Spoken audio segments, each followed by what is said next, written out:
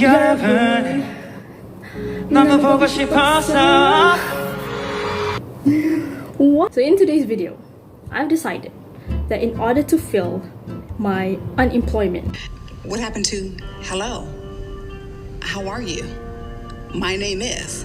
What happened to that? We are going to crochet. And the reason why I decided to start crocheting is because it has definitely become a trend amongst, you know, people around me as well as people on the internet to crochet, and I thought I want to jump onto the bandwagon as well. So as of recently, I have gotten my materials and I straight away jumped into work. Now I don't have any proper footages of my experiences learning crocheting as a total beginner. Yeah, bear with me on this one, but it was definitely an interesting ride. During the first day, this is a picture of me learning the 4 basic stitches: single, half double, double, and triple. And I was definitely struggling a lot, but I don't want to get into too much detail about that because it didn't take long after that I eventually learned how to do the stitches properly, and I even challenged myself to do a granny square because I thought, oh, granny squares would include a lot of different stitches, so why not we just make a granny square to apply what we've already learned. And as you can see from this picture, from day 1 to day 4, I definitely improved a lot. I was not expecting crocheting to be this easy. Okay, pause. What did he say? Are you even listening to yourself right now? I was not expecting crocheting to be this easy. Okay, again? I was not expecting crocheting to be this easy.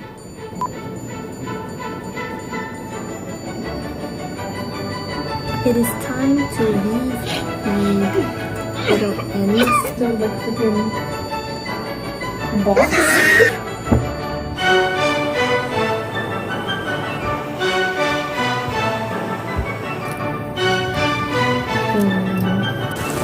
My hands are literally hurting. You heard that? From all. You know, like it's actually crazy. Like you see this? Crocheting is actually something that is really simple once you get a good grasp of the stitches and how to hold your hook properly. Because I remember during the first day, I was like, huh? Like I was holding my. I decided that, oh my god, I think I'm gonna make a bunch of granny squares and make a tote bag for my mom. Like, isn't that sweet? Isn't that fun? All that's left to do is to document myself actually making the tote bag itself.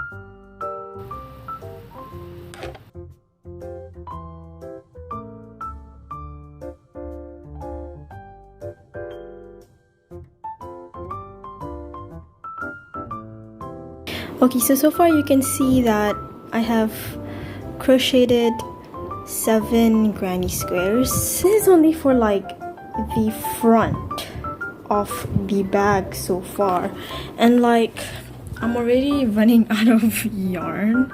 I'm gonna have to buy some more. Okay, hi. So little change of plan. So I'm watching this video here, right, on how like you can assemble your granny squares, and initially I wanted to make it like a really big size bag like this one. Now that I'm looking at Jenna's one, what she did is that she uses like 4 granny squares and she'll have like these extra ones folded. So yeah, it'll look something like this instead, and I'm of course going to alternate the colors. It should be a pretty good size actually. I mean, yeah, it's like smaller than what I wanted. But because like I want to get this project done at least by tomorrow. Oh my god! Because like there are so many like other pending projects that I'm like really excited to start on. I've been quite confident in crocheting. And yeah, I really want to like expand more, and making these granny squares are like honestly like kind of boring at this point because I want to like spice up my granny squares. I want to make a variation for the front part, thinking on whether I should make a star motif or a heart motif. Like stars are cute, but hearts are cute as well. And so I'm having a dilemma. I don't know which one I want to make. The other day I ran out of yarn, right? So I'm like, girl, I gotta stock up. Got 2 of each of the colors, and if I have extra I can always work on some other stuff, and it should be great. Should stock me up for a couple of more days. But yeah, for the time being I'm pretty good. I'm happy, I'm so jolly, I'm elated. Let's get to crocheting stars or hearts. We'll see what my mind makes up.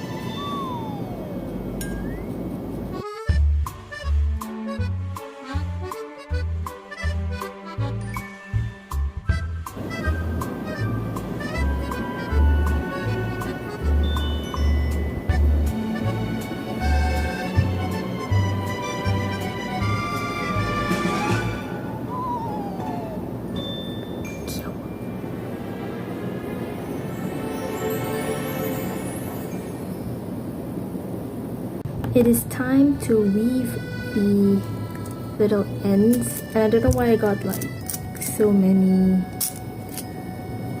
yarn needles. I can't seem to loop the yarn in this. The hole seems bigger.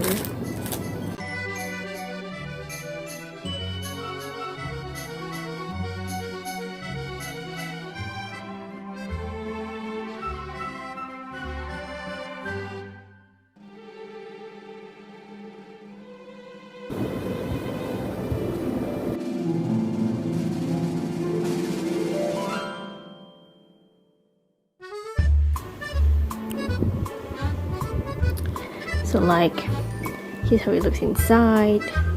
I'm just gonna turn it over here. My crocheted back. Yeah, this is what you're gonna see. So I've already like crocheted this handles, right? And like they're really cute, they're really stunning. The stitches looks clear and pretty. Once I was already done, that's when I realized that these straps are going to be susceptible to like stretching. It was like really stressing me out because I thought of reopening these stitches and redoing them based on a different stitch, like maybe like single crochets so that it'll be more firm. But then at the same time, like I want to get this project done as soon as possible because I'm so tired of it already. Like it's so stressful.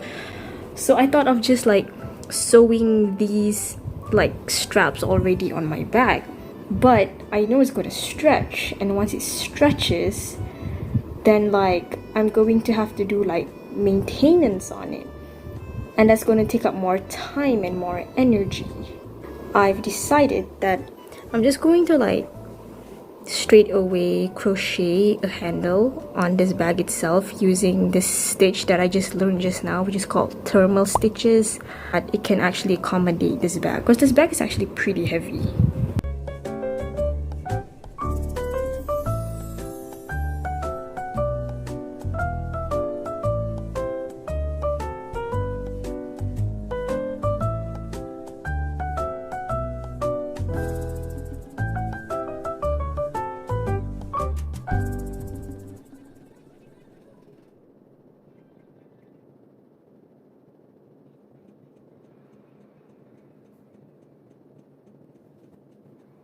Okay, so here's the final product.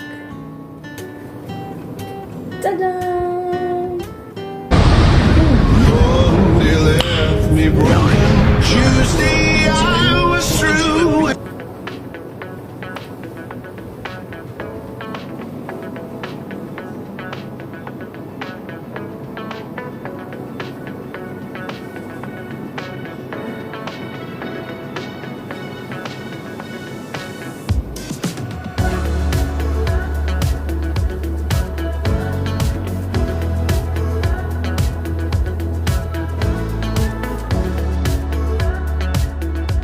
So I'm just like imagining scenarios where like Oh my god, what a pretty bag. Yeah, it's Yeah. a pretty way to get it. I made it.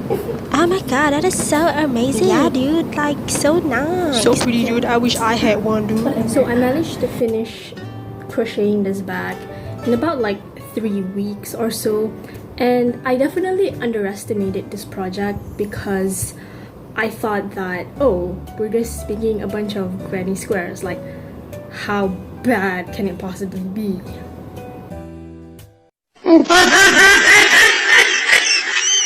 And turns out, as someone who has her attention span totally ruined because of reels and shorts, it was definitely a challenge. I'm literally just a girl who's trying to fill up her free time by doing crocheting, but there's someone out there who is depending on this work to raise a family, to financially sustain their life, and you're being underpaid for it. Like, this takes so much effort. Oh my god. In terms of like the physicalities, like your wrists will hurt, your fingers will hurt, your neck will hurt, your back will hurt. The added stress from having to do so many repeated movements. To some people it can be therapeutic, but to some not so much. But they also have to do this almost like it's free of charge. They have to do way more projects than I do. They have to do way more items than I do. They are literally doing it in terrible, terrible working conditions. Let's talk about improvements that I can make to this work. I think for me, the number one most obvious one would be the way I like do the stitches, because I watched one tutorial and then I just kind of like did it on my own, but I didn't really learn how to weave the ends properly. I just kind of like, I just know that you have to like flip your work and then like work through the stitches and make sure that your stitch needle will not be peeking through the front, so that means you manage to weave your ends properly. But I still feel like it's not secure enough, but I never bothered to like really look it up.